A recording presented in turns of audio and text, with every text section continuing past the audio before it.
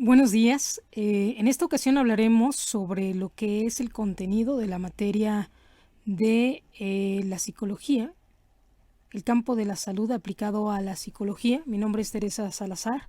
Me presento. Esto es para una materia de Iztacala, el sistema abierto de Iztacala de psicología. Buenos días. Comenzamos. Pues les comentaba que es para este examen del campo aplicado de la psicología de la salud. La docente es la doctora Sandra Cerezo. También, vamos a comenzar con lo que es la unidad número 1. Vamos a ver lo que es la relación entre el cuerpo y la salud. Primero, lo que tenemos que entender, sobre todo en esta unidad, es todo el proceso de salud y enfermedad, puesto de alguna forma o basado en lo que sería la personalidad. Vamos a tener lo que se llaman los principales conceptos en esta unidad, que sería el marcador genético. Ese término se refiere a cuando un individuo desde su concepción puede estar programado para padecer alguna enfermedad de índole genético de acuerdo a su dotación genética. En este caso sería el cáncer, ¿no? De alguna forma tenemos una predisposición genética para padecer una enfermedad. A eso le vamos a llamar marcador genético. Dice, sin embargo, no todas las personas lo presentan. Dice, y nos preguntamos, ¿de qué depende este aspecto? Hay aspectos biopsicosociales, hay aspectos de personalidad, hay patrones conductuales que son los que pueden determinar o no que se dé este marcador genético. También, pues vamos a profundizar sobre lo que son los términos de salud, enfermedad, así como sus mecanismos de interacción, apoyándonos principalmente en lo que es el estudio de la psicoinmunología.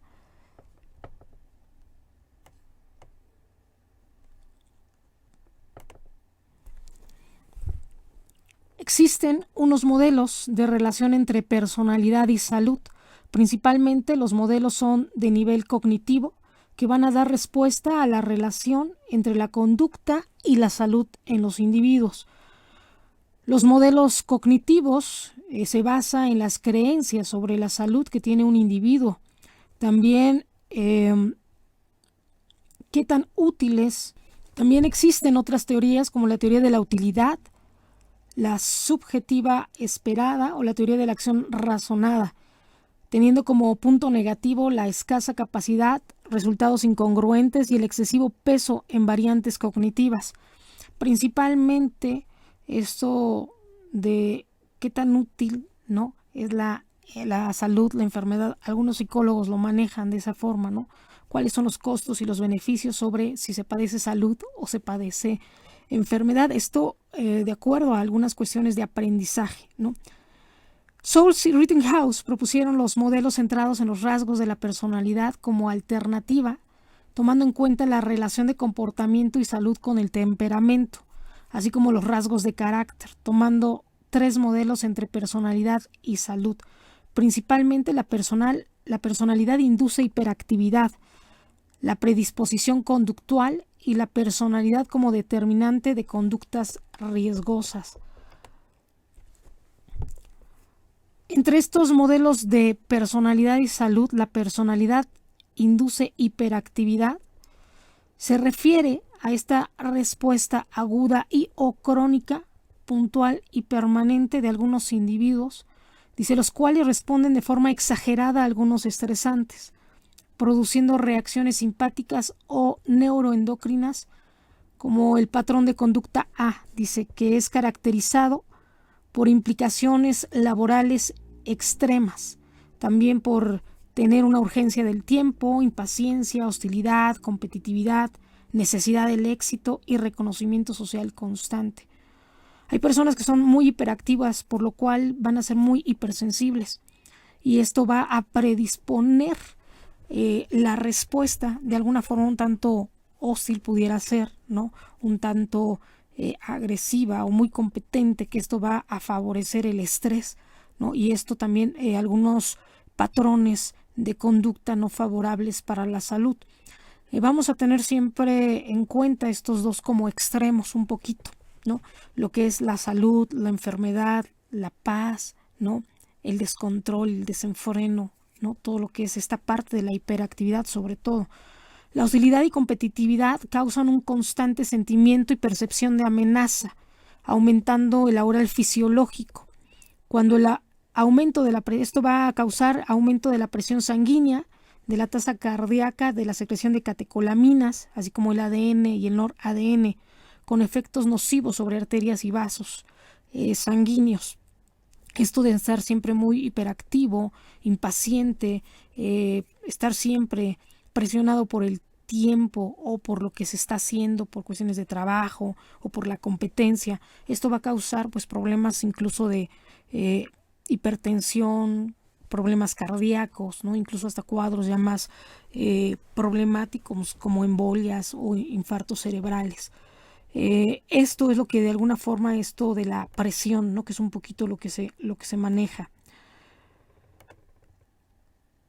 También vamos a tener este segundo modelo, que es el de predisposición conductual. Aquí dice, concibe la idea de que los marcadores pueden ser solo una debilidad física innata o anormalidades orgánicas que aumentan la predisposición a la enfermedad. Es decir, eso del marcador genético, algunos psicólogos lo conciben como esa parte, ese como chip que en algún momento se va a encender para causar una enfermedad. En este caso, en la predisposición conductual, esta teoría nos indica que simplemente es como el órgano débil, ¿no? Puede o no, mientras el marcador genético nos dice que es así como que en determinado momento se va a prender ese foquito y nos va a dar la enfermedad. En la predisposición conductual nos dice que sí hay una cierta debilidad, pero que no es una regla de que se presente o no la enfermedad, o de que sobre todo que se presente, que esto va a depender también de cuestiones de la hiperactividad, como les habíamos comentado, o factores externos que hagan que ese chip se prenda. Ahora, la personalidad como determinante de conductas riesgosas.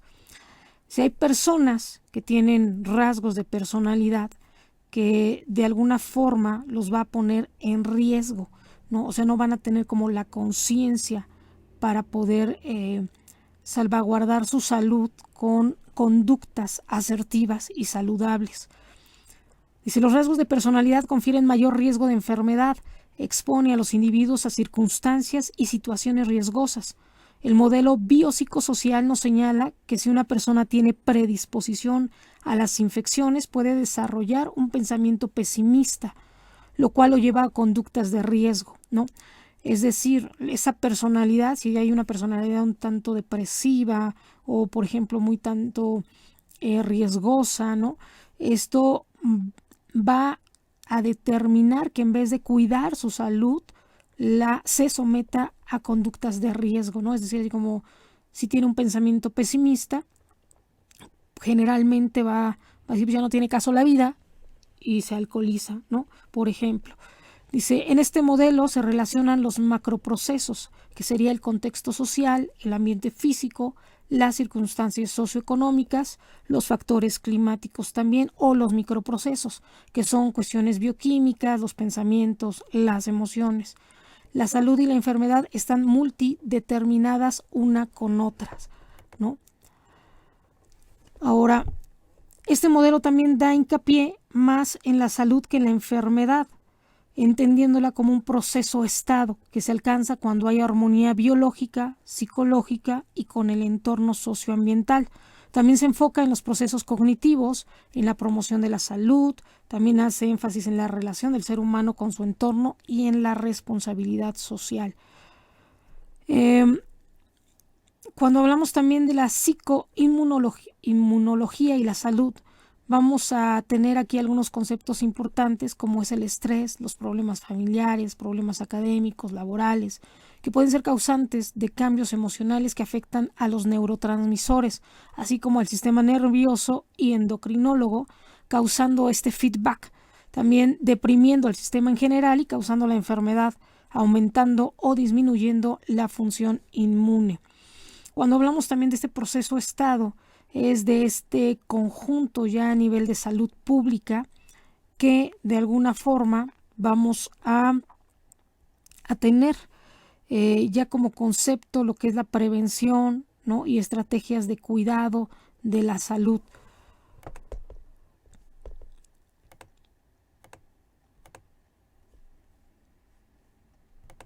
De esta forma vamos a tener que estar estableciendo principalmente nuestros estilos de vida, ¿no? Para este texto, para esta primera unidad, vamos o retomamos lo que es el artículo de Pérez, ¿no? Y aquí lo estamos citando. Él dice que Bergman y los estudios de Alexander Leaf sobre comunidades que poseen excelentes condiciones de salud y longevidad, como los Hunsas, los caucásicos y los bacambambanos, señalan que existen 5 factores comunes para crear un estilo de vida saludable, ¿no? Principalmente hay que tener una herencia de antepasados longevos, así es que si ustedes ahí en su casa tienen de alguna forma algunos personas que han vivido 90, 100 años, ya tenemos como que un punto de hereditario, ¿no? También, bueno, pues hay que tener una dieta escasa en calorías y poca carne, también actividad física mantenida durante toda la vida, ¿no? Sobre todo van a ser personas que caminan mucho. Esto lo estudió Bergman y Alexander Leaf en estas comunidades unsas y caucásticas, ¿no? También hay que tener una vida pacífica, lenta, relajada. A veces pierden también el sentido de las horas, ¿no? No están sobre el tiempo, sobre los horarios, o con la presión, con el estrés. Principalmente aquí en México, bueno, muchas veces la gente del campo tienen estas condiciones también, ¿no? Que se ha hecho estos estudios aquí en México a diferencia de lo que es la comunidad citadina a lo que sería la población de campo, ¿no? También se pide tener una actividad social y sexualmente activa hasta edad muy avanzada, ¿no? Estas 5 características son las que promueven este estilo de vida saludable para ya algunas personas que son longevas, ¿no?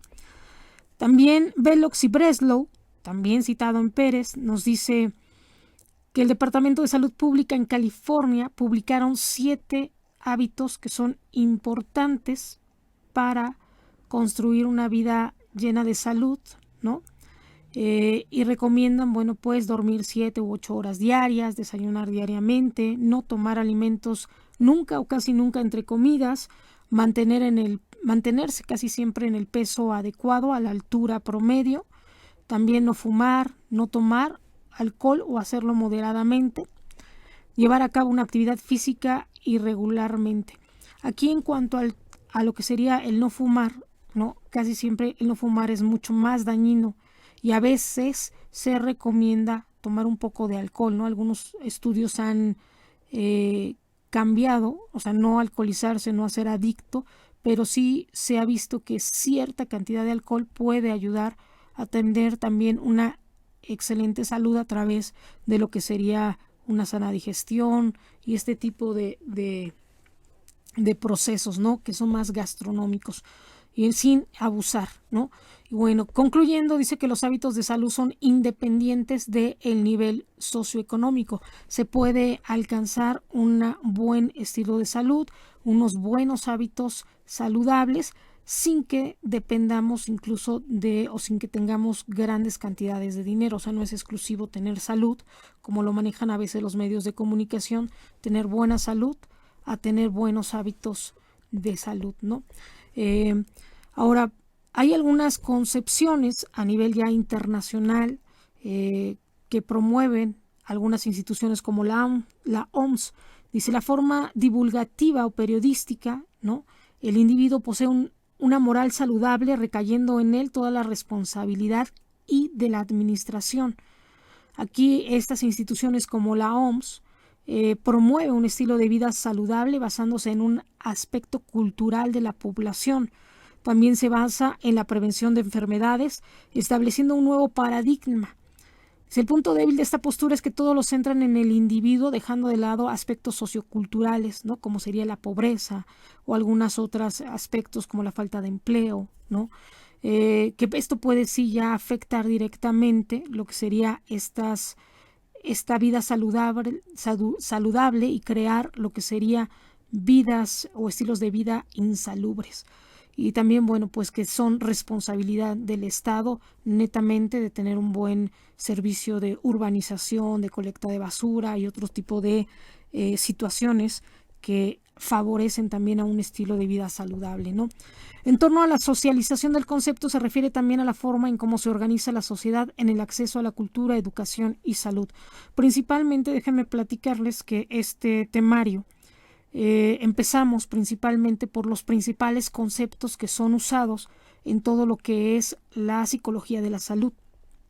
Bajamos un poquito a lo que sería la labor del psicólogo de la salud en el ámbito hospitalario y después vemos algunas situaciones como lo que sería la aplicación de la psicología de la salud sobre todo en el ámbito hospitalario. Ya después nos vamos a cómo se aplica y cómo promueve o qué es lo que promovería y cómo ayudaría en ciertos padecimientos principalmente crónicos, ¿no? En enfermedades específicas como el cáncer, la diabetes, el alcoholismo, la drogadicción, ¿no? Algunas adicciones. De esta forma va elaborada esta presentación para que tengan como el concepto de o el panorama general de lo que serían los principales conceptos que manejan estas lecturas, que principalmente estamos retomando a Pérez en la relación entre comportamiento y salud, Ríos con áreas de aplicación de la psicología en el campo de la salud, Sánchez, aplicación de la psicología de la salud en campos específicos. Estas son las principales lecturas que hemos retomado para hacer esta presentación y que les marca su temario. Así es que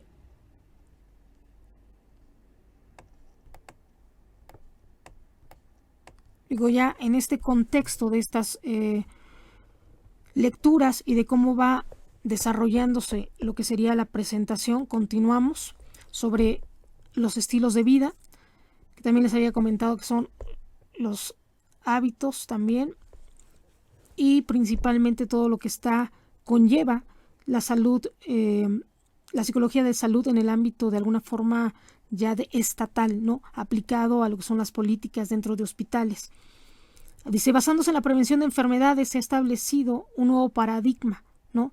El punto débil de esta postura es que todos lo centran en el individuo, dejando de lado los aspectos sociales, ¿no? O que implican directamente al Estado.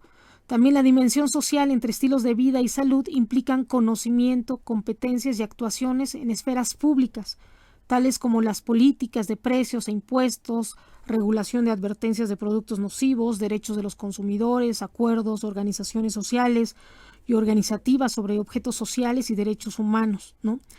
Enfatizando entre la relación individuo-estado con términos como conductas de riesgo, de salud y preventivas, el punto de vista de pasado.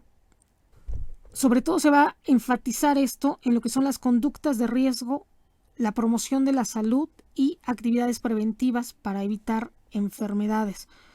Esto, bueno, ya lo hemos podido ejemplificar en lo que va de esta pandemia, ¿no? Sobre todo las conferencias del doctor Hugo Gatell, cómo va, que no solamente se habla sobre la enfermedad como tal, sino que también cómo lo podemos prevenir. Y no solamente hemos visto, ¿no?, que aquí es un equipo de trabajo junto con Cancillería, de cómo se empieza a hablar sobre estas situaciones ya más políticas, sobre los precios, los medicamentos, que por ejemplo la regulación de advertencias, lo que sería actualmente, vamos a ver más adelante que la salud pública no tenía como de alguna forma este auge que está tomando en estos momentos a través de la pandemia, debido a ahorita la estrategia de salud precisamente pública que se está llevando a cabo para poder hacer frente a esta emergencia sanitaria, ¿no? Hay otros puntos de vista como es el pasando los límites y el pragmático que nos ayudan a comprender precisamente lo que son los estilos de vida y salud. También dice patrones y pautas de comportamiento relacionados con la salud. Estos principalmente tienen que ver con aspectos como qué se piensa de las cosas más que cómo se hacen las cosas, ¿no? Vamos a ver que en términos de salud, y sobre todo hablando de psicología, muchas veces nos vamos a encontrar con las cosas de cómo se piensa sobre esto y que eso va a ser la solución, el cambio cognitivo, ¿no? Que ya después lo abordará la programación neurolingüística, sobre cómo se aborda o la tanatología, cómo se aborda una enfermedad, ¿no? Hay cuestiones que son netamente de enfermedad, ¿no? Como cuestiones cardíacas, como el cáncer, ¿no? Pues el Alzheimer, ¿no?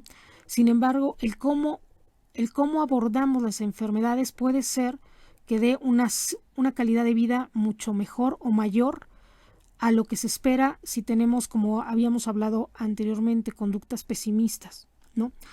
Por ejemplo, tiene que ver principalmente en aspectos de cómo se piensa de las cosas más que cómo se hacen las cosas, ¿no? Principalmente vamos a encontrar actitudes como el sentido de coherencia.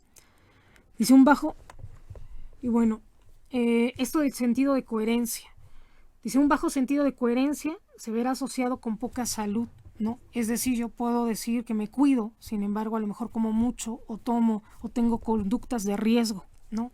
Por ejemplo, fortalezas, descripciones fortalecedoras.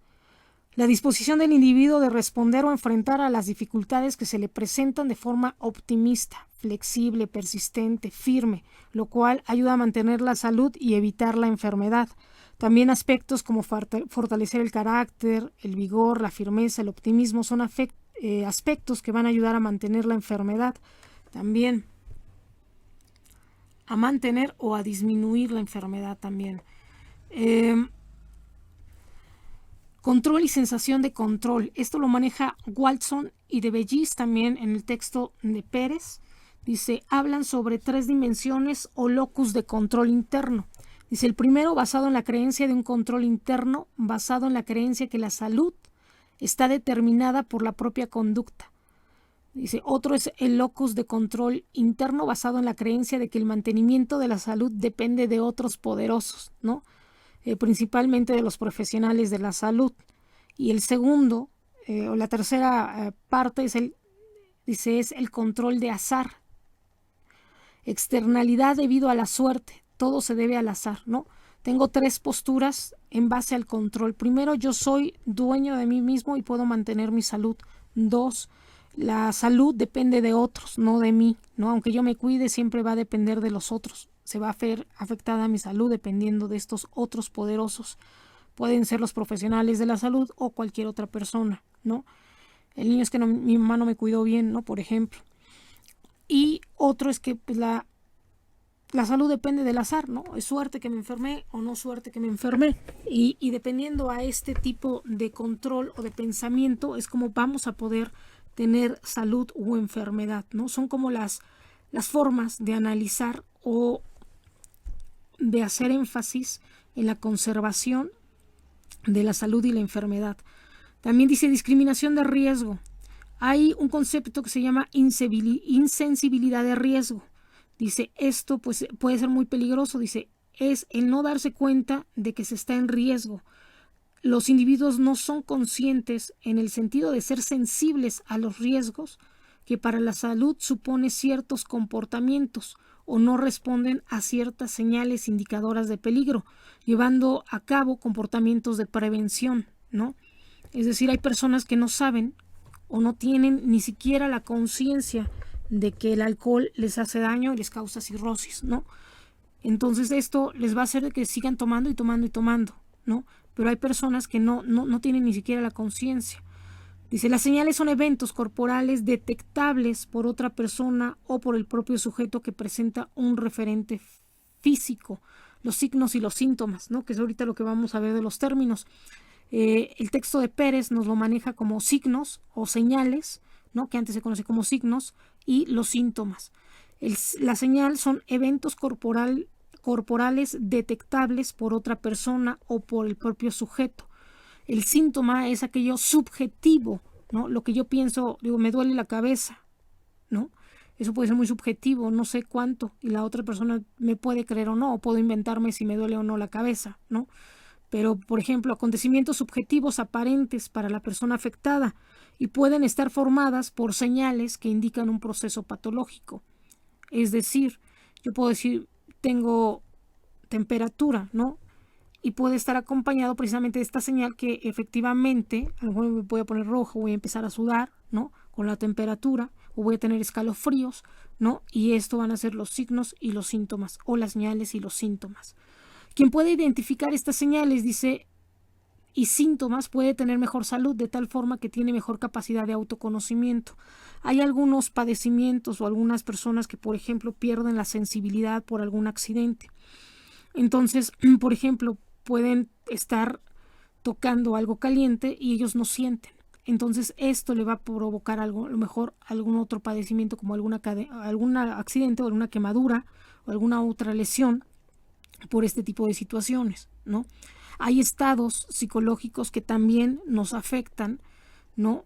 De alguna forma esto de la despersonalización, ¿no? Algunos padecimientos psicológicos que no permiten que las personas sean conscientes de sus propios signos y síntomas, ¿no? Sobre todo, esto también nos puede dar, sobre todo a nivel neuronal, a nivel de cerebro, ¿no? Ahí se puede, por ejemplo, es un determinante para saber dónde estuvo la lesión en el cerebro. También, por ejemplo, teoría de la percepción de sí mismo, ¿no? Los individuos conocen sus actitudes, sus emociones, también demás estados internos, infiriéndolos de la observación de sus propios estados de conducta y de la circunstancia en donde se presenta dicha conducta. Si las señales son débiles, imprecisas e indescifrables, el individuo está en la posición de un observador externo, ¿no? Hay gente que no es consciente de sí misma, ¿no? Y es como si se viera él mismo afuera, ¿no? Afuera de él, como si no se apropian de sus propias emociones, de sus propios sentimientos, de sus dolores, de sus padeceres, ¿no? Y esto, bueno, pues también es una situación anómala que de alguna forma nos llevaría a no prever un riesgo de salud, ¿no? Ahora, discriminación de los estados internos. Según Pennebaker, el estado interno, el síntoma o sensación de los estados, implica la percepción y la verbalización de nuestros estados. Hay personas que no saben que se les duerme, por ejemplo, la mano, ¿no? Y a lo mejor se dan cuenta ya cuando está amoratada por la falta de circulación, ¿no? Por ejemplo, el saber o el ser conscientes de mi propio cuerpo, de mi propio ser, y sobre todo verbalizarlo. Tengo dormida la mano, ¿no? Por ejemplo, con esto vamos a ir viendo, podemos de alguna forma poder dar atención a nuestros propios padecimientos o cuidar precisamente nuestra salud. Whitehead analiza los estudios de Hertz de la conciencia sensorial en el tracto alimentario, ¿no? También Pennebaker dice, elabora una tipología que intenta mostrar las diferentes causas relacionadas con la percepción de señales, distinguiendo 4 formas de percibir síntomas. Aquellas personas con incapacidad para percibir síntomas, casos extremos de insensibilidad al dolor, aquellos individuos que perciben sus síntomas correctamente pero no informan de ellos, aquellos que perciben o informan mal sus síntomas, lo cual puede llevar a errores de diagnóstico o interpretación. Y también hay personas que se mantienen muy atentos a sus estados y síntomas y que informan su estado que no tiene que ver con patologías, ¿no? Hay personas que pueden verbalizar sin problema lo que sienten. Hay personas que no son capaces de sentir incluso su dolor y algunas lo pueden sentir pero no lo pueden verbalizar, ¿no? O sea, esto es lo que nos dice Pennebaker sobre cómo percibimos, ¿no? Que son 4 formas de percibir. También dice la conciencia o percepción de los estados internos depende de 3 factores o fuentes de información, principalmente los conformados en un informe verbal, los cambios perceptuales originados por cambios de actividad fisiológica y las señales situacionales o ambientales que son externas, así como las creencias sobre esta situación, ¿no? Dice, si un individuo es incapaz de percibir las señales internas de su cuerpo que le ayudan a evitar alguna situación de riesgo, puede ser por 3 factores principalmente. Primero, hay una teoría, ¿no?, que es la atención excesiva de los padres, ¿no? Eso es algo como muy educacional. Yo puedo verbalizar y prevenir situaciones de riesgo de acuerdo a cómo me hayan educado, ¿no? Esta atención excesiva de los padres, dice, a la salud de los hijos establece en el niño una actitud selectiva de señales que lo hacen hipersensible, ¿no? Si la mamá, ay, mijito, tienes frío, ay, mijito, tienes calor, y constantemente está al pendiente de él, lo va a hacer hipersensible, ¿no? Ya después se va a hablar un poco más sobre lo que es la sobreprotección, un poco, ¿no? La teoría de la interpretación paterna de las sensaciones. Ay, mijito, se lo ven, ¿no? Sudando. ¿Verdad que tienes frío? Y el niño, no, estoy sudando de calor, ¿no? No por frío. Entonces, el interpretar lo que siente el niño también hace que los niños organicen y perciben de una forma muy similar a como lo hacen sus papás, ¿no? Un poco la sincronía, ¿no? Cuando el papá se pone el suéter, el niño se pone el suéter, ¿no? O sea, no lo dejan tener cierta independencia de sus propias emociones. La teoría de la ganancia secundaria. El comportamiento de informe de síntomas está muy relacionado con la presencia de conflictos o tensión en las interacciones familiares, ¿no? También esto, bueno, es muy emocional, ¿no? Cuando hablan también ya después de cuestiones psicosomáticas y todo esto. Aquí esta teoría de la ganancia secundaria nos habla precisamente, dice, cuando hay frecuencia en conflictos familiares se provocan cambios fisiológicos en el niño, ¿no? Por ejemplo, si el niño ve que los papás se pelean mucho, a veces se asustan o a veces llora, ¿no? O se pone mal, entonces él sabe que se pone mal cuando ellos se pelean, entonces hacen un reforzamiento por ahí, ¿no? Le van a prestar atención o lo hace para que dejen de pelear, ¿no? Entonces él empieza con este tipo de chantajes, por ejemplo, también, ¿no?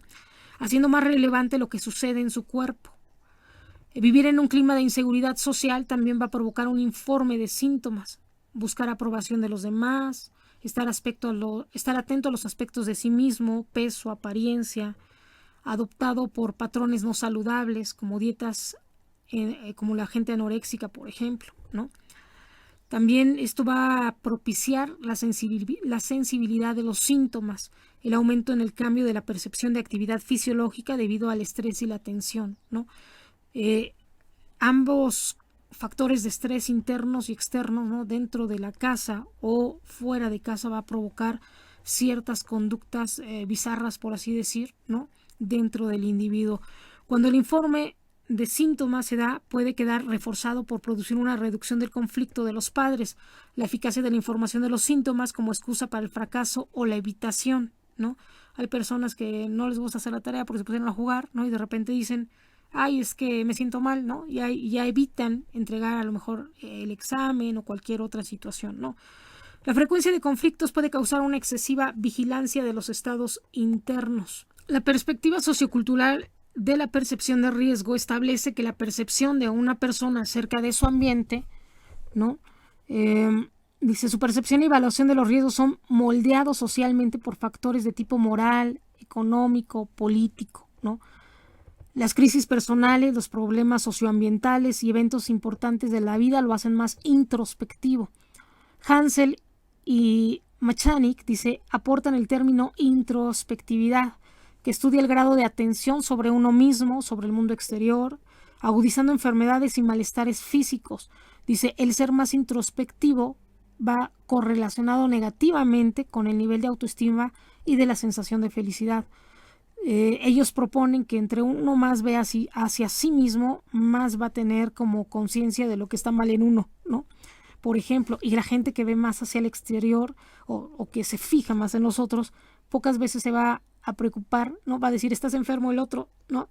Siempre le va a echar la bolita, está enfermo el otro, no yo, ¿no? Por ejemplo. Y creo que los dos extremos son como bastante delicados, porque tampoco se puede estar siempre señalando al otro sin darse cuenta de lo que pasa con uno mismo, ¿no? Ni tampoco estarse siempre flagelando con lo que sucede con uno. Hay que tener un equilibrio en estas dos posturas de ser introspectivo y extrovertido, ¿no?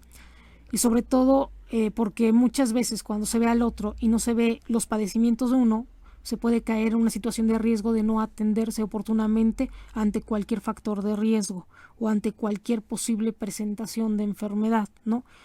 La conducta de búsqueda de ayuda, ¿no? Vamos a hablar de este término, conducta de búsqueda de ayuda. Esta conducta ayuda a que se dé más rápidamente el contacto entre paciente y profesional de la salud. Si uno es consciente de lo que tiene, más rápidamente va a buscar ayuda, ¿no? Primero dice superación del límite de la tolerancia, ¿no? Por ejemplo, me duele, pero hoy me duele más que otros días, entonces ya voy al doctor, ¿no? Por ejemplo. Recoge los casos en que la causa de contacto son el dolor, malestar, la incapacidad que esté provocando algún síntoma y la enfermedad, ¿no? Es decir, puedo ser diabético o puedo tener alguna enfermedad, pero si hoy de repente se me subió o se me bajó mucho el azúcar, eso va a ser un factor, ¿no? Que me lleve a lo mejor al doctor o a buscar incluso comer o algún apoyo, ¿no? Por ejemplo, problemas de la vida presentados como síntomas, dificultades emocionales o afectivas, ¿no? Las causas administrativas, independientemente de si se padece o no una enfermedad, estas son las causas por las cuales vamos a buscar a un médico o una ayuda, ¿no? Hay veces que nos dicen como de rutina en el trabajo, ¿saben qué? Que tienen que ir al médico, un chequeo general, no vayan. Y bueno, ausencia de enfermedad, visita preventiva, ¿no? Hay gente que también prevé que no tenga nada y cada año se hace un chequeo general con el médico. También la búsqueda de ayuda extrínseca a veces es porque tenemos un familiar que está enfermo y lo buscamos al doctor para brindarles ayuda o si nosotros estamos incapacitados, un accidente, ¿no? Alguna situación que no podamos responder nosotros, a veces van a tener que pedir ayuda por nosotros, ¿no?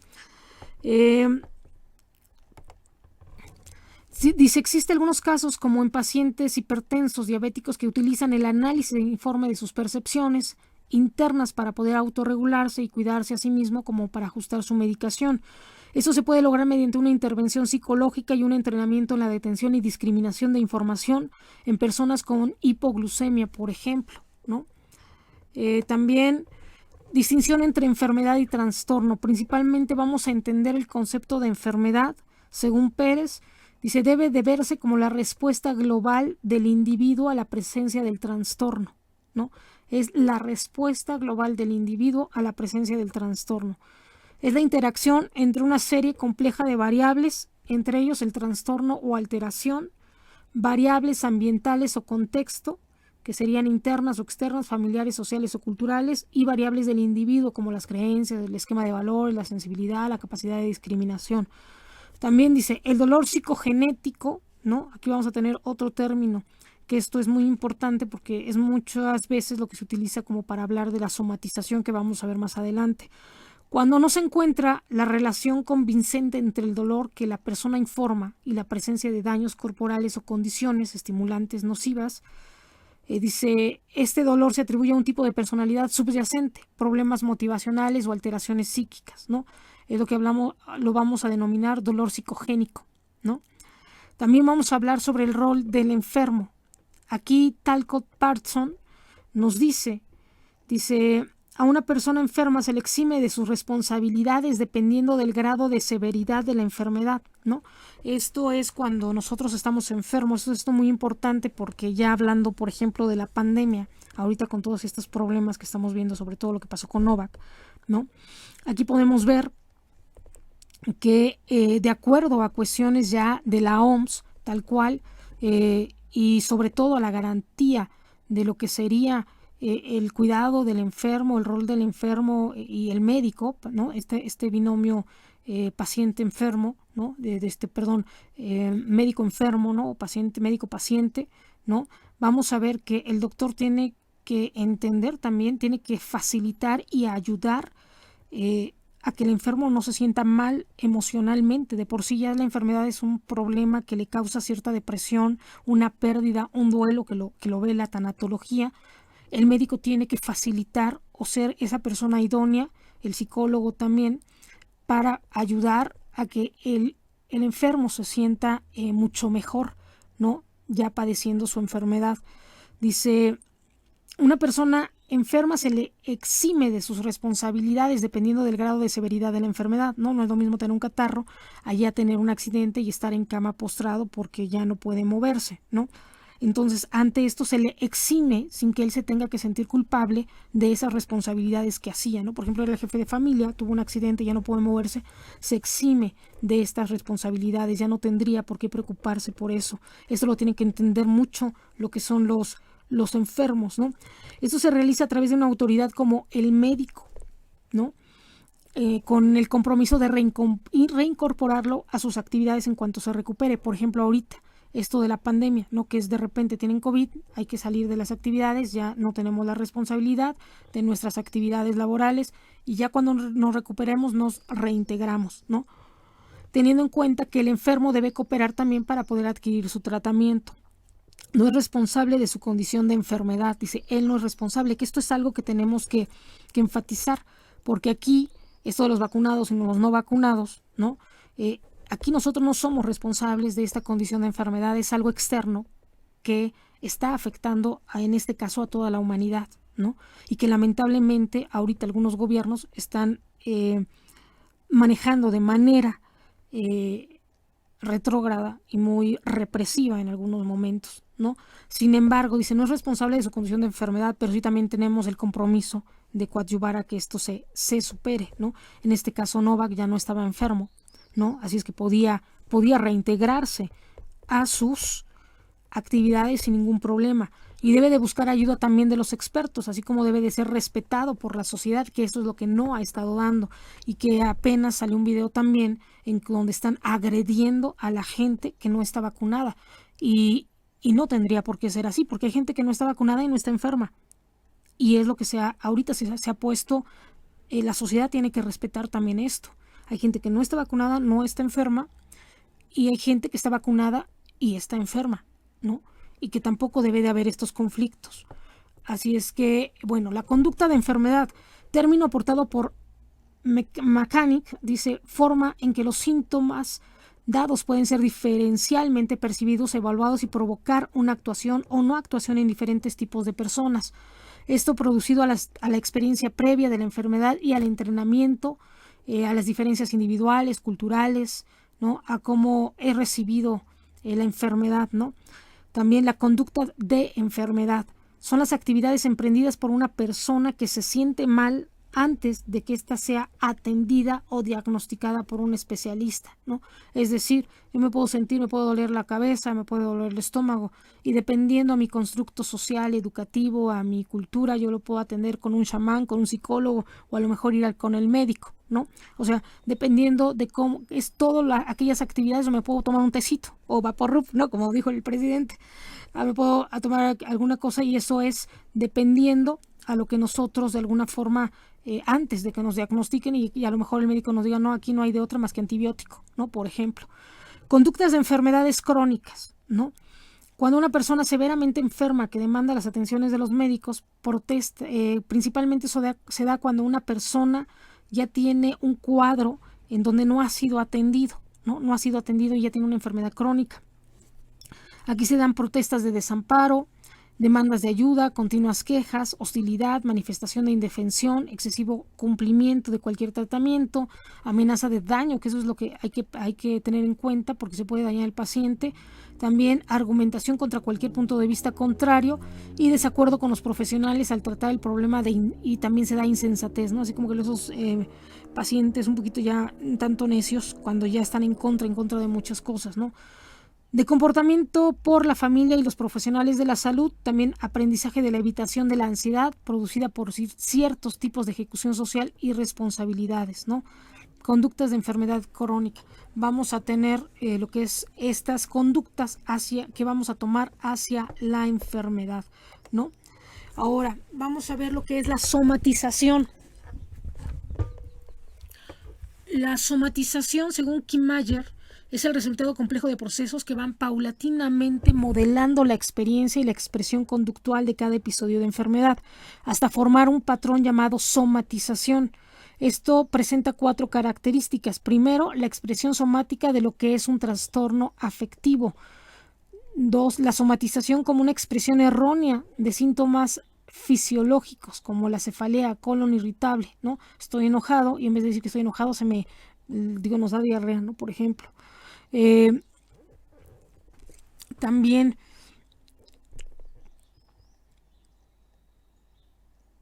aquí se le atribuye a enfermedades algo que es netamente psicológico, ¿no? Hay desórdenes somatoformes, por ejemplo la hipocondria, ¿no? Trastornos de conversión y los de somatización y el dolor psicogénico, ¿no? Que habíamos hablado una forma de explicar los síntomas idiopáticos, ¿no? Hay algunos síntomas que sí, simplemente el doctor le busca y le busca y le busca y no encuentra el origen orgánico, así es que solamente dice que es una somatización en el cual no se puede contrastar dicha afirmación, ¿no? Uno puede decir que le duele la cabeza y que es de alguna forma un coágulo, ¿no? Por ahí y nunca se encuentra nada, ¿no? Entonces eso se dice que es un síntoma idiopático y que es una somatización también, ¿no? Se da el diagnóstico de somatización cuando el médico no encuentra una causa orgánica, cuando no se puede establecer un tratamiento eficaz o cuando el paciente muestra señales de problemas psicológicos, ¿no? Hay personas que simplemente se la pasan inventando enfermedades, ¿no? Y en el tratamiento, cuando el paciente muestra pobre adherencia al tratamiento prescrito, ¿no? Es decir, el doctor puede tener un diagnóstico, ¿no? Y, por ejemplo, Alzheimer, él dice él es Alzheimer, pero empieza a tratar con diversas terapias, con diversos medicamentos y nomás no cede, ¿no? Entonces ahí sí dice, no, pues tal vez sería una somatización, ¿no? Comorbilidad, la presencia conjunta de alteraciones conductuales y orgánicas. La depresión y la ansiedad se encuentran también en otros padecimientos, ¿no? Vamos a tener otro término que es la alexitimia, que es aquí se confunden los correlatos fisiológicos de las emociones con señales y signos de enfermedad y que pueden interpretarse como síntomas de tal forma que tienen que acudir al médico, ¿no? Es como que de repente, ¿no? Tienen así como que reacciones fisiológicas, ¿no? En las emociones y ya dicen, no, estoy muy rojo, ¿no? Y a lo mejor se sonrojó por pena, ¿no? Por cualquier otra situación y dicen, no, sigo con todo rojo y voy al médico, ¿no? Vamos a tener lo que sería la segunda unidad, que esta es evaluación en la psicología de la salud. Dice, tenemos que aceptar el comportamiento humano. Dice, tenemos que aceptar que el comportamiento humano resulta más complejo que cualquier virus, lo dice Jonathan Mann, ¿no? Aquí vamos a tener las áreas de aplicación de la psicología de la salud, ¿no? Principalmente. El concepto de psicología de la salud surge como un campo particular de aplicación de los conocimientos psicológicos a la solución de problemas de salud pública contemporánea. Principalmente cuando hablamos de salud pública es siempre ubicado en todo esto, es lo que es la sociedad y el Estado, ¿no? Por ejemplo, los objetivos de la OMS para las políticas de la salud principalmente son promoción de los estilos de vida dirigidos a la salud, prevención de enfermedades que puedan ser evitadas, establecimiento de servicios de rehabilitación y salud. También dice, cabe señalar que el estrés estudiado a través de los modelos transaccionales del estrés están presentes en los estilos de vida no saludables. La psicología de la salud, dice, se amplió a partir de la medicina conductual, de la psiconeuroinmunología y de la epidemiología principalmente. También la psicología de la salud es auxiliar en tratamientos como el cáncer, las adicciones, la hipertensión, la diabetes, en enfermedades crónicas, así como en la prevención, abordaje epidemiológico, asistencial, incremento de estudios e investigaciones en el proceso de salud y enfermedad. Vamos a ver que el psicólogo de la salud es bastante activo dentro de lo que es el hospital. Actualmente aquí en México no se ha metido, no se ha explotado de alguna forma, así como lo plantea este libro, ¿no? Así como lo plantea Ríos, ¿no? Por ejemplo, actualmente esta labor se les ha casi achacado, por así decirlo, se les ha delegado a los que son los trabajadores sociales, ¿no? Principalmente lo que hacen la psicología de la salud o algunos médicos. Aquí el libro nos plantea un panorama muy, muy padre y muy vasto, muy importante sobre todo, sobre lo que es el psicólogo de la salud. Esto yo lo he visto solamente en nivel de médicos de la salud, un poquito casi lo plantea como si fuera el médico familiar, ¿no? Este primer contacto, el psicólogo de la salud, con lo que sería un psicólogo familiar, ¿no? Que es el primer contacto directo para poder ya discernir entre los trastornos, entre los padecimientos de cualquier persona cuando van al hospital, ¿no? Que es lo que hace este filtro, este primer filtro. Si ya son cosas de especialidades, ya se mandan con los especialistas, ¿no? Esto lo hace el médico. Actualmente aquí en México no se está haciendo esto. Se hace, ahorita vamos a ver que en México se está potenciando. Sin embargo, tenemos psiquiátricos importantes, ¿no? Como el de Juan Ramón de la Fuente, el Fray Bernardino y algunas secciones de psiquiatría dentro de cada hospital.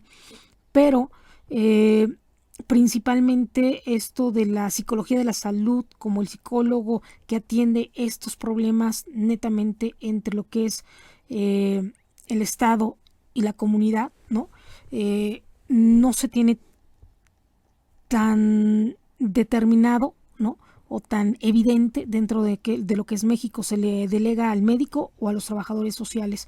Sin embargo, la lectura nos plantea lo que sería la labor del psicólogo de la salud de una manera extraordinaria, donde el psicólogo de la salud empieza a tener una relevancia bastante importante, así como de alguna forma potencia esta figura del psicólogo que muchas veces es devalorado aquí en México. Casi está así, ¿no? Como por jerarquías. El psicólogo, el psiquiatra, el médico y el psiquiatra son son como los mejores. Después vienen los psicólogos, ¿no? Y ya después los trabajadores sociales, cuando cada uno tiene su propia importancia y tiene su propio brillo, por ejemplo, ¿no? Cabe señalar, dice que el estrés estudiado a través de los modelos transaccionales del estrés están presentes en los estilos de vida no saludables. Y bueno, atención hospitalaria, ¿no? Es difícil, dice, encontrar psicólogos que se dediquen de lleno a lo que es el área de la psicología de la salud. Principalmente se encuentran enfocados en el gabinete de médicos que atienden a los pacientes psiquiátricos, ¿no? Netamente aplicación de pruebas, netamente lo que sería ya atención de trastornos psiquiátricos, como lo he comentado. Si con la pandemia se ha establecido un patrón diferente en este aspecto, ¿no? Actualmente para nosotros, los psicólogos ya tenemos como de alguna forma esta parte, sobre todo la atención psicológica a través online, ¿no? Incluso las terapias virtuales. Y actualmente, al principio de lo que fue el confinamiento, se dio todo este boom donde era la atención a través de teléfono, a través de videollamadas, a través de chats, para atender precisamente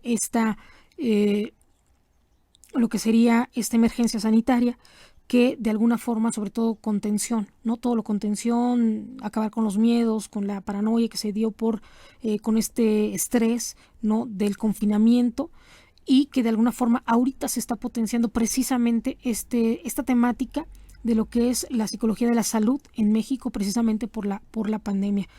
La psicología hospitalaria, dice, comenzó principalmente en los años 70 y ha ido tomando fuerza principalmente en Cuba, en México, en Brasil y en Colombia. Sin embargo, en Brasil está súper potenciado esto, dando un brinco con lo que hoy se conoce como psicología de la personalidad, que aporta términos como cuadro interno o perfil del padecimiento, aportando un método y organización a esta disciplina. La psicología hospitalaria y psicología de la salud ha ido tomando mucho auge, principalmente en Brasil, haciéndose cargo del apoyo y difusión de cuidados paliativos en enfermedades como el cáncer, adicciones, enfermedades de transmisión sexual, participando ya activamente en debates como los bioéticos, ¿no? Como la eutanasia, el aborto, todo esto. El desarrollo de la psicología ha sido tan amplio que casi va tomando especialidades afines a lo que sería la especialidad propia de la medicina, ¿no? Esto lo encontrábamos solamente en medicina, ¿no? Los que se dedicaban directamente a epidemiología, por ejemplo, ¿no? El trabajo del psicólogo, ahorita ya podemos encontrar psicólogos epidemiológicos, ¿no? Así de ese nivel de especialidad está tomando lo que sería la psicología de la salud, ¿no? Y sobre todo en este tiempo. El trabajo del psicólogo de la salud es un trabajo interdisciplinario, teniendo actividades de docencia, investigación asistencial, asesorías y netamente cuestiones administrativas como las que comentaba, sobre todo que se delegaban aquí en México a la gente de trabajo social. Dice, conocer los aspectos motivacionales y de comportamiento del paciente, ¿no? El psicólogo hospitalario debe de tener o debe de hacer esto. Conocer los aspectos motivacionales y de comportamiento del paciente. Estudiar aspectos psicosociales. Dominar respuestas psicológicas ante una enfermedad. Manejar de forma activa la historia clínica de un paciente. Efectuar evaluación y diagnóstico psicológico de los pacientes. También establecer relación médico-paciente y con los familiares para conocer su entorno, creencias, sus patologías, ¿no? Sabemos que muchas veces en la tanatología se estudia esto. A veces, por ejemplo, la religión o alguna situación familiar, ¿no?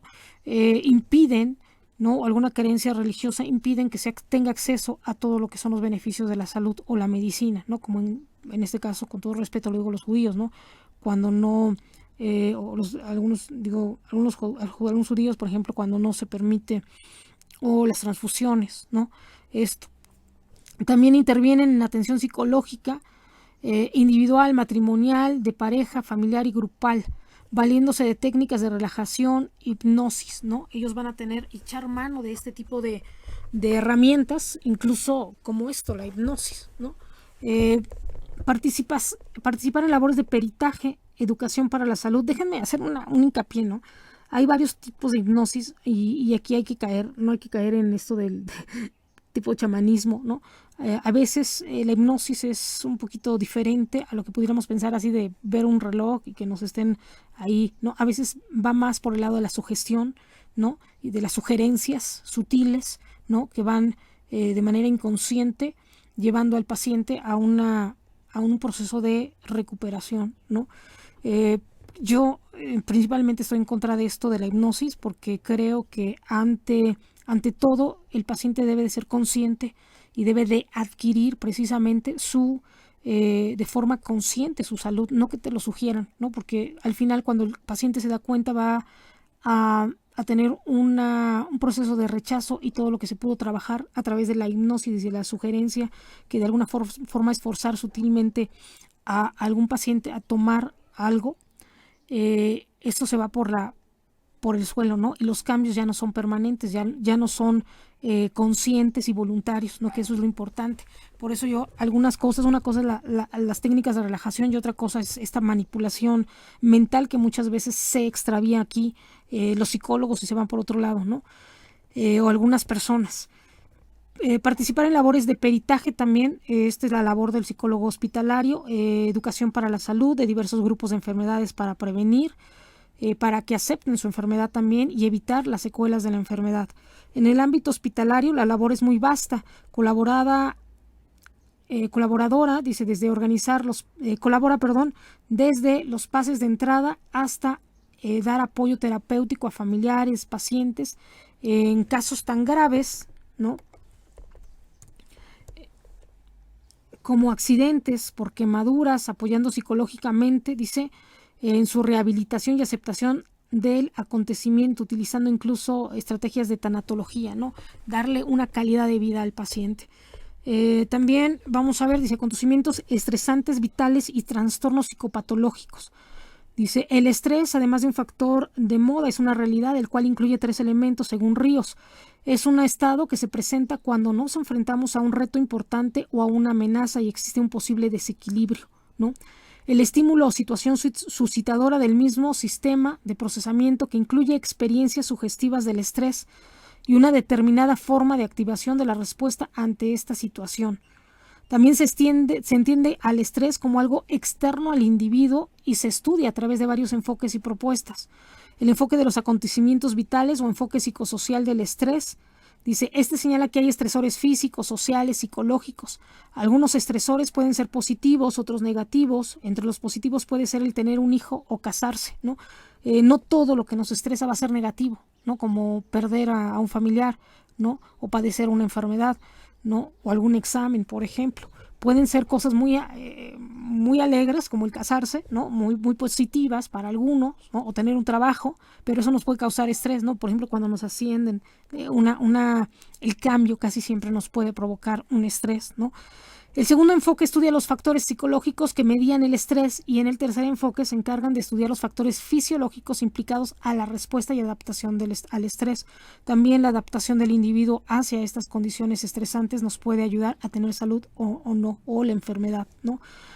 Podemos tener estímulos estresantes, crónicos, agudos, intermitentes, de acuerdo a su duración. También existen diversas formas de mediación del estrés, ¿no?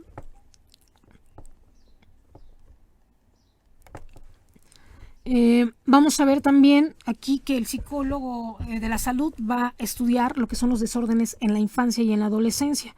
La psicología de la salud se va a enfocar también a la atención especializada de niños y adolescentes, a sus problemáticas, atendiendo aspectos sobre educación, sobre su patología, sus familias, sus estados emocionales como depresión, ansiedad, sus estilos de afrontamiento, trastornos neurodegenerativos concomitantes, así como la capacidad de trabajo intelectual, sus creencias de relación de salud y enfermedad, sus estilos de vida y rasgos de personalidad. Dice, el quehacer del psicólogo en este grupo se basa principalmente en la validación, diseño y aplicación de pruebas psicológicas, sobre todo cuando es en el ámbito educativo, ¿no? Técnicas de intervención psicológica, ¿no? Por ejemplo, si padecen alguna dislexia, ¿no? Cuestiones como autismo, ¿no? Trastornos de aprendizaje emocionales, enfermedades crónicas, hay niños con cáncer, ¿no? También aquí va a actuar el psicólogo de la salud. Abordaje psicológico del paciente crítico y su familia, atención en trasplantes, manejo de dolor agudo y crónico, ¿no? También vamos a ver la salud en el anciano, ¿no? Que es otro de los grupos. Estos son los dos grupos, así como principales, niños, adolescentes vulnerables, o que se les da mayor atención a los ancianos, a la gente adulta mayor. Por ejemplo, es que el adulto, el objetivo es que el adulto viva una vejez saludable y exitosa. También promover hábitos y estilos de vida saludable, ¿no? Considerando propiamente sus patologías de la edad, ¿no? O sea, por ejemplo, si ya están viejitos y ya tienen problemas de diabetes, de cardiopatías, ¿no? El Alzheimer, por ejemplo, es algo que se estudia mucho. Y siempre facilitando todo lo que son los cuidados gerontológicos. En este rubro se aplica una terapia ocupacional también, ¿no? Porque muchos se deprimen porque ya no tienen fuerzas o ya no saben qué hacer o ya se jubilaron, ¿no? También se les enseña cómo alimentarse, una dieta saludable, su motricidad se ve, ¿no? Porque algunos van perdiendo ya la motricidad, la función de su cuerpo, así como su propio padecimiento de ansiedad y depresión, que esto le va causando la pérdida de la salud, y el envejecer es saber envejecer con calidad y excelencia, ¿no? Se estudia y atiende problemas como alcoholismo también, el tabaco, las cardiopatías, artrosis, diabetes o prevención de caídas, ¿no? Que esto es muy frecuente, ¿no? Atender a las personas que han tenido caídas, ¿no? Que se fracturan, ¿no? Cadera, brazos, columna, ¿no? Principalmente ya también por la pérdida de lo que es la fuerza y la edad, ¿no? La coordinación. El psicólogo, como parte del equipo de salud, se encarga de actividades que tienen que ver con la evaluación, con la educación, con la promoción de la salud, con la investigación, actuando en el primero, segundo y tercer nivel de intervención, ¿no? A eso vamos a decir que es la prevención, la intervención en las conductas de riesgo y también paliar los efectos de alguna enfermedad, ¿no? Primero, segundo y tercer nivel. El primero es prevenir, el segundo intervenir dentro de lo que es la conducta de riesgo, y el tercero ya es paliar, ¿no? Amortiguar un poquito este golpe de la enfermedad. Ahora vamos a ir con la tercera unidad. Aquí principalmente vamos a ver la labor del psicólogo de la salud ya en enfermedades específicas, ¿no? Como son el cáncer, ¿no? Lo que sería el estrés también, ¿no? Esto nos basamos en Sánchez. Dice, aplicación de la psicología de la salud en campos específicos, estrés, afrontamiento y enfermedad, ¿no? Siempre que viene una enfermedad vamos a hablar de lo que sería precisamente este tema de estrés, ¿no? Siempre viene el estrés, ¿no? Según Lazarus, el estrés es producido no por un acontecimiento estresante, sino por la concepción que el individuo tiene sobre él, considerando tres elementos, que es la valoración, la vulnerabilidad y el afrontamiento, ¿no? Cómo lo valoramos, qué tan vulnerable soy, cómo voy a afrontar esto. Existen también varias estrategias para enfrentar el estrés, como el enfoque cognitivo-conductual, la psicoeducación a través del control de respiración, talleres de prevención y manejo de estrés, terapias holísticas, ¿no? A través de masajes, la aromaterapia, homeopatía, herbolaria, acupuntura, también la programación neurolingüística, ¿no? Que se basa en darle significado a nuestra vida y a través de esto cambiar nuestros neurotransmisores a través de los estados de ánimo. El tai chi, el yoga, actualmente el mindfulness, ¿no? Que está muy de moda, y bueno, esto es por mencionar algunos. Hay muchísimas otras estrategias alternativas, ¿no? Y bueno, principalmente aquí se enfoca sobre cuestiones como son el SIDA. En el SIDA hay que considerar primero en qué grupo se estudiará este padecimiento, que actualmente es muy común en jóvenes y se debe en ocasiones a la falta de educación sexual, ¿no? Principalmente tenemos que tener la abnegación, ¿no? Por ejemplo, las cuestiones religiosas, ¿no? No usen condón y se infectan de alguna enfermedad de transmisión sexual, entre ellos el SIDA. También la angustia que se produce por no tener una cura. la resistencia por no usar el condón, la problemática que conlleva que las personas se contagien de este virus y que actualmente no existe ni cura ni vacuna. También este problema de los tabúes culturales, educativos, psicológicos y religiosos muchas veces va en contra de la prescripción médica con los principios y valores, incluidos los religiosos o constructos psicológicos, ¿no? Esto principalmente aquí el psicólogo educativo se va a enfocar en cuestiones culturales, educacionales, ¿no? Para atender este padecimiento a través de la prevención, la educación de la sexualidad para contraer el virus y la difusión pues, de una vida sexual responsable y saludable, ¿no? Madura, no promoviendo las actitudes de riesgo, ¿no? También otro enfoque que principalmente es el manejo del dolor crónico. El dolor lo vamos a tener en todos los niveles, vamos a tener físico, emocional, ¿no? Psicológico. El dolor lo vamos a estudiar como algo que tiene que ver netamente con el hombre de forma así innato, ¿no? Es un mecanismo también de defensa, ¿no? Que se estudia a través de enfoques principalmente conductuales y experimentales.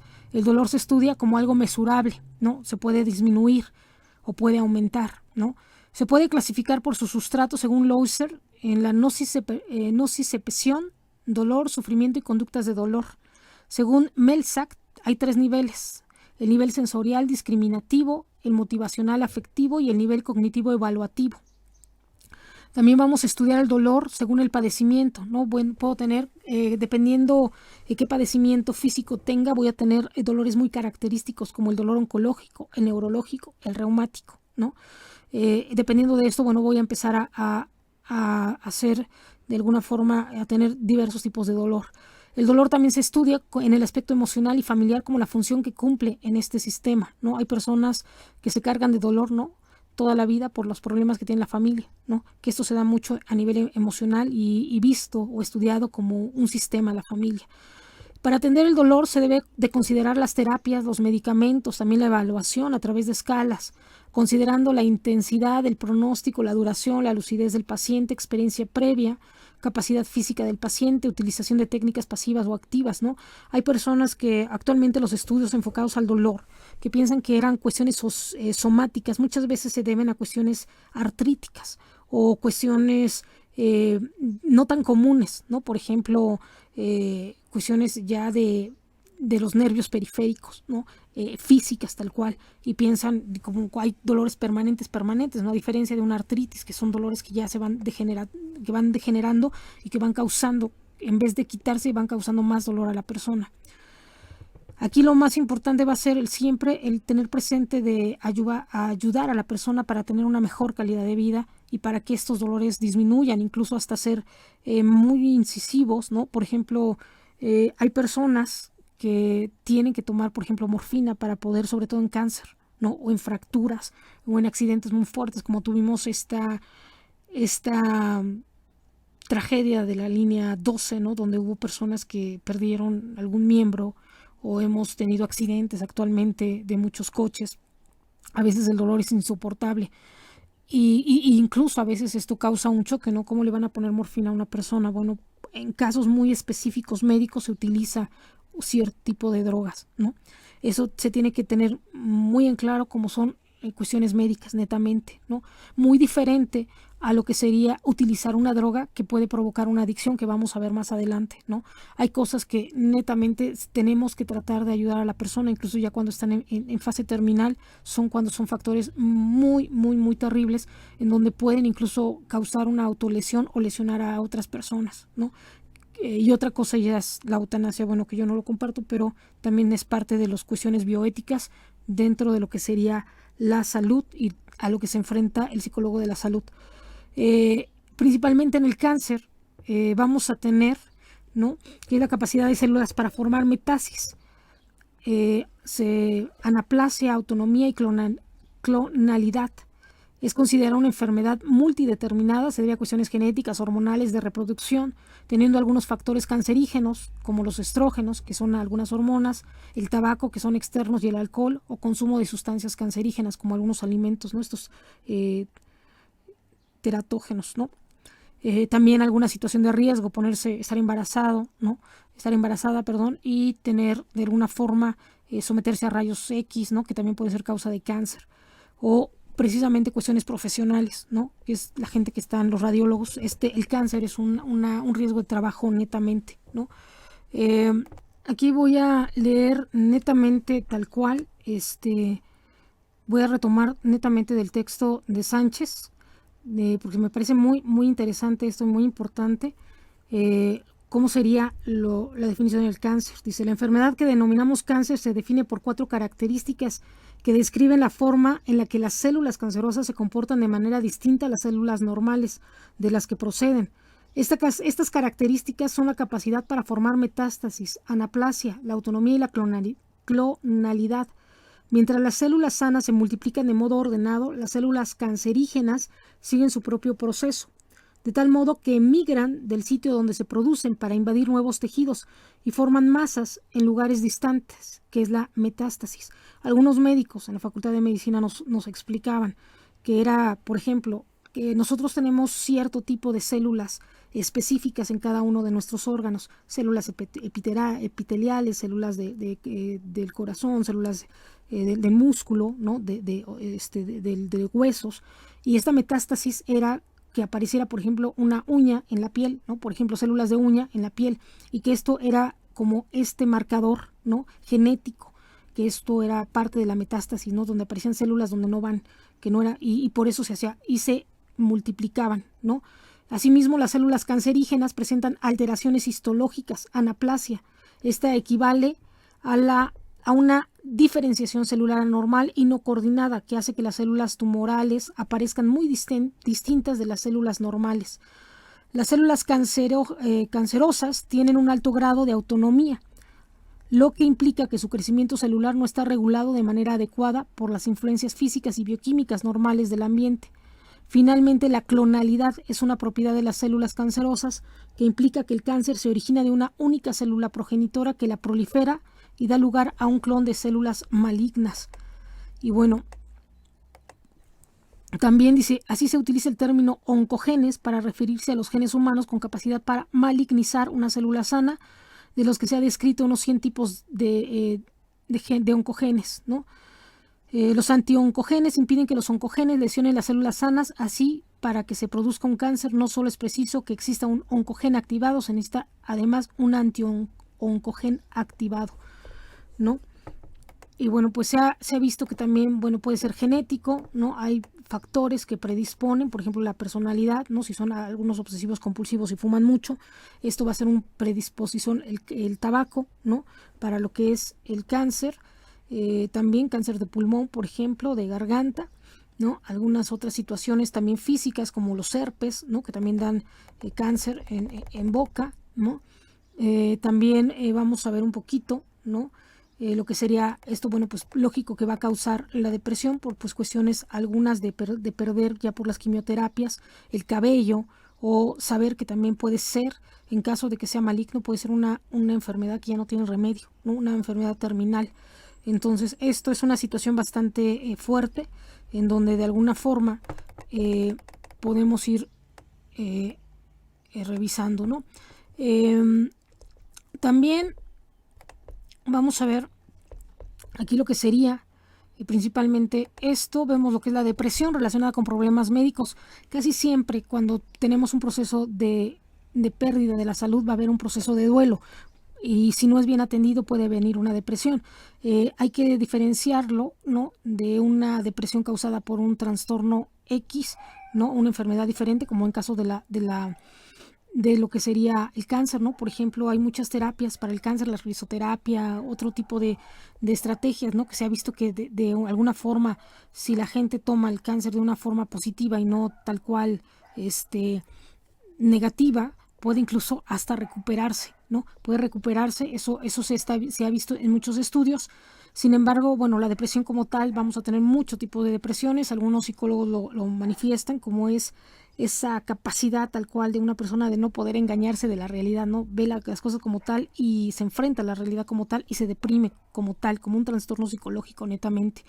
Pero hay depresiones derivadas de enfermedades de otras enfermedades netamente fisiológicas, como es precisamente el cáncer o como es precisamente otro tipo de trastornos, ¿no?, que causa este proceso de duelo y que si se extiende más de 6 meses ya llega a darse una depresión, ¿no?, este continua estado de tristeza, ¿no? Es considerado como por la pérdida de la salud, dice, es considerado como un problema de salud pública, también se da un alto índice, principalmente se da en jóvenes, muchas veces por las crisis existenciales, y que aquí hay que estar muy, muy, muy atentos sobre esto. El pensamiento involucra pensamientos, sentimientos, conductas depresivas, ¿no?, así un tanto pesimistas. Principalmente se debe a procesos cognitivos en donde el individuo distorsiona la realidad. Es una enfermedad multicausal que involucra autoestima, percepción de sí mismo, entre otros, ¿no? Aquí una de las estrategias es precisamente esto de la programación neurolingüística, ¿no?, la conductual. A veces la gestal, ¿no?, el cambiar de enfoque para ayudar un poquito a lo que sería a enfrentar lo que es la depresión. Cambiar el enfoque, ¿no?, verlo de otra positiva, de otra forma. Dicen que la gente que se deprime más no tiene tanta capacidad de autoengaño, ¿no?, y que la gente que es más feliz se autoengaña, o sea, es decir, ve las cosas siempre color de rosa, ¿no?, aunque no lo vea. Y bueno, ese es el problema de algunas personas que son muy realistas, ¿no? A veces se deprimen por enfrentarse a la realidad, y que no, de alguna forma, no cambia, ¿no?, o simplemente es así, y eso los llega a deprimir. Y bueno, las adicciones, que es uno de los puntos también que vamos a ver. Si el problema de las adicciones se debe principalmente a la alta demanda y al crecimiento de este como un negocio, ¿no?, al que está al alcance de todos. Las drogas que más se consumen son las drogas legales o sociales. Algunos son potencialmente peligrosas y se consume como un medio de socialización principalmente. El problema de las drogas es que la adicción está socialmente tolerada y que no se ve como una problemática de salud. Toma un poquito, no, nada más toma los fines de semana, pero pues cada fin de semana se va y se toma, y entonces ya es un problema de alcoholismo, ¿no? O fuma 2 cajetillas diarias, ¿no? No, pues está aquí socializando o dando, ¿no?, en lugar de no comer, ¿no? Que principalmente se debe a veces a cuestiones de obsesividad y trastornos obsesivos compulsivos, ¿no?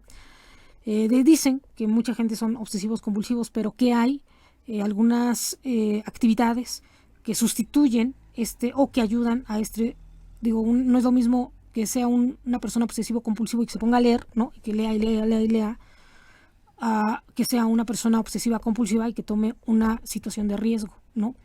Entonces, esto se puede manejar, ¿no?, o de alguna forma ayudar a estas personas tratando de enfocar estos trastornos que de por sí son parte de su personalidad, y que se pueden ir disminuyendo o amortiguando, canalizando de alguna forma.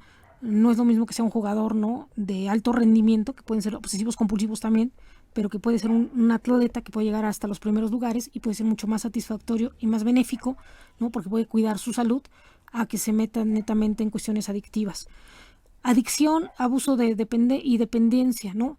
Esos términos son utilizados muchas veces como sinónimos. Y bueno, pues hasta aquí sería nuestra presentación de estas 3 unidades para este examen. Así es que espero que quede claro. Ya cualquier duda estoy ahí en el chat. Digo, así como para cualquier retroalimentación.